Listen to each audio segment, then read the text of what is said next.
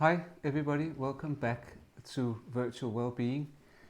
And today we're going to talk about self-harm. I've had many requests on this, and actually on the last video with one of my long-term patients we also touched on this subject. And I'm welcoming you back here on a rainy, stormy and cold October Saturday. And in fact, this is good for self-harm.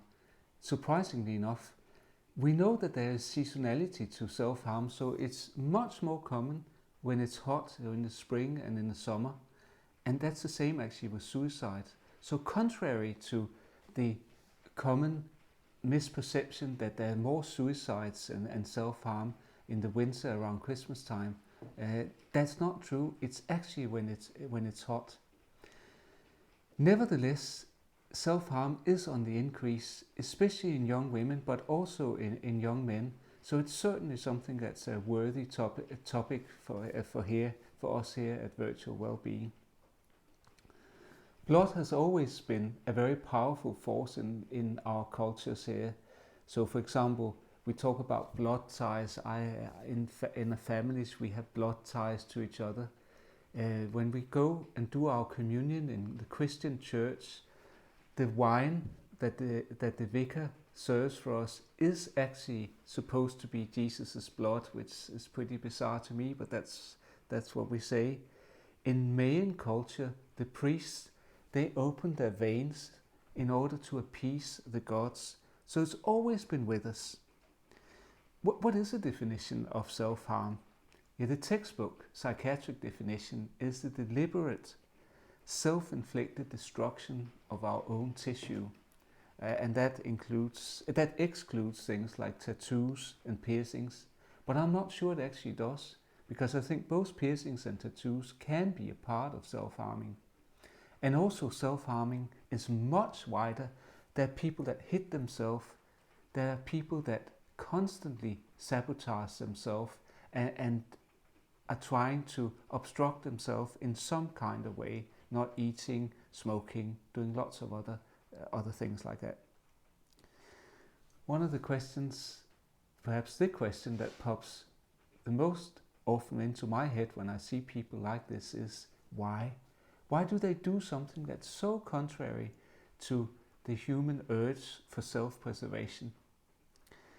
And of course, there isn't a single cause or single answer to something as complex as this. But I'll try to give you a sense of some of the most common answers that I've heard in my career.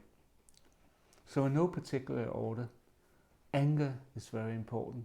People often feel angry towards others or towards the world, and then they turn it inwards and harm themselves. And that is actually linked with Sigmund Freud's idea. Sigmund Freud was the father of psychiatry and psychology, and he came up with lots of ideas, and not all of them were equally good, to be honest. But this one was a good one, actually, I think. He was talking about that the person that self-harms cuts the abuser or the one that mistreated them in the past. It definitely doesn't go for everyone that are self-harming, but for some people it does explain something. It's also often an attempt to regain control over intolerable emotions, and that could be anger, that could be frustration, but it could also be a sense of numbness. I think when people have intolerable emotions, they try to switch off on the main and not feel anything at all, and this is an attempt to feel something, at least something physical, and it gives them a sense of escape. The vast majority of people that self-harm, they have been exorbitantly self-critical for a long, long time. So it's a kind of self-punishment. I deserve to punish myself, or an unhappiness, or even a shame, a sense of shame about their bodies, perhaps a sexual function, perhaps something physical, the ears, the nose, the bottom, something that people are unhappy with themselves about. They deserve a kind of punishment. There's no doubt that self-harm is contagious, so if you have friends that self-harm, you're more likely to self-harm. You can actually learn about self-harming on social media, through a magazine or through a friend. So that is something that we in psychiatry and schools and universities needs to be very aware of, that there is this contagion in self-harm. I also think that one of the things that keeps self-harm going is that it becomes a habit, and perhaps even a physical addiction. When we harm ourselves, there is of course a release of what we call endorphins, and that's a morphine-like substance that's produced in ourselves. And just like artificial morphine, it's highly addictive. So that may be one of the reasons why it's difficult to break this habit or this addiction. And even though that I do accept that cutting may provide a route, an escape route for some very difficult emotions, remember that this temporary turmoil that you feel, it may leave permanent scars on your skin. So that's a high price to pay. If we turn to epidemiology, that means how common is this? We know that it's increasingly common, and just over the last 20 years there has been an explosion in self-harm, unfortunately, especially amongst young women. And we know that women between 16 and 24, probably about 1 in 5 of them are harming themselves regularly. It's an unacceptably high number, really. And it's also going up in boys, but they're still lagging behind the girls quite a lot. In the past, we always linked self-harm to personality disorder or psychosis, so these two big diagnostic categories. But self-harm is of course much wider than that. In fact, I've seen many patients that have self-harmed quite seriously that didn't live up to either of these two diagnoses. But it is as if you've harmed yourself, you put yourself up the risk category in terms of suicide. And we know that self-harm is linked to completed suicide. Of course, the vast majority of people that self-harm, they do not go on to commit suicide. But we know that 1 in 100 of people that self-harm badly enough to have to go to A&E, they will commit suicide within the next year. So it's certainly something to be aware of and something to stop. And how do we stop it? What are the treatments that we have?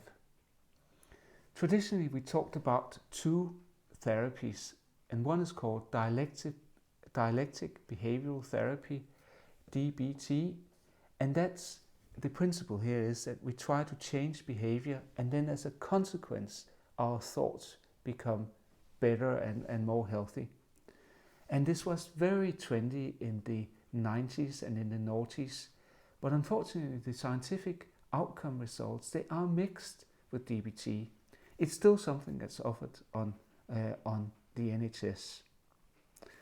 The other therapy that I've been trained in is called cognitive behavioral psychotherapy. I like that better in this context because it looks more at the underlying beliefs, like for example, why am I self-sabotaging, and try to replace them through understanding what's triggering the behavior, and also through whether we can change behavior and then again change these thoughts. So I think it gives a fuller picture of why we self-harm and how we can move forward. I also need to say that there is no tablet treatment for self-harm. People often ask for that, but there is no certainty. In fact, it has been investigated that there's certainly no sign that antidepressants will help. Maybe for some of the people with strong traits of borderline personality disorder can be helped by mood stabilizing medication, but it's only for a small section of this population, that's for sure. I also want to finish off by giving some general advice on self-harm. And this is not perhaps so evidence-based, but it's just deducted from my own experience, having seen numerous patients that have self-harmed over my long career.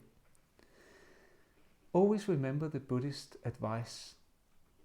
This too will pass. Our emotions, they're temporary. And if you try to look back, as we talked about before on this channel, just 1 week and ask yourself, what did I feel then? You almost certainly can't remember it. And this is what happens with our emotions. They come and they go. Try to dilute your thoughts with activity. it's amazing what healing properties activities have. And I preach this again and again because it's so useful, and there are no side effects to good productive activities. Also try to consider the consequences of harming yourself. First of all, we talked about the permanent scars engraved on your skin, but also think about what it does to your loved ones. It's unimaginably painful to see a loved one cutting in themselves, and you feel so powerless to help. Another good trick is to try to postpone. You feel something, a strong urge to do something that's not good for you, like self-harm, and you say, okay, I'm going to postpone it 10 minutes and I'm going to distract myself. You can do push-ups, you can take cold water in your face, you can talk to a friend. There are lots of possibilities to distract. And this actually, there is some scientific evidence that that does actually help. The last thing, I don't think there is so much evidence for, but boy, it works. It really does. And that's a decision making. Try to make a decision. I'm not going to do this anymore. And it sounds simplistic, but it really does work, and it's powerful. And we have underestimated this in psychiatry and psychology for decades, really. And very much aligned to that is the empowering idea that you have criticized yourself for years, and it's time to try another approach. You will, of course, always be with yourself, so you might as well enjoy the company. Thank you very much for watching. I'll catch you next time.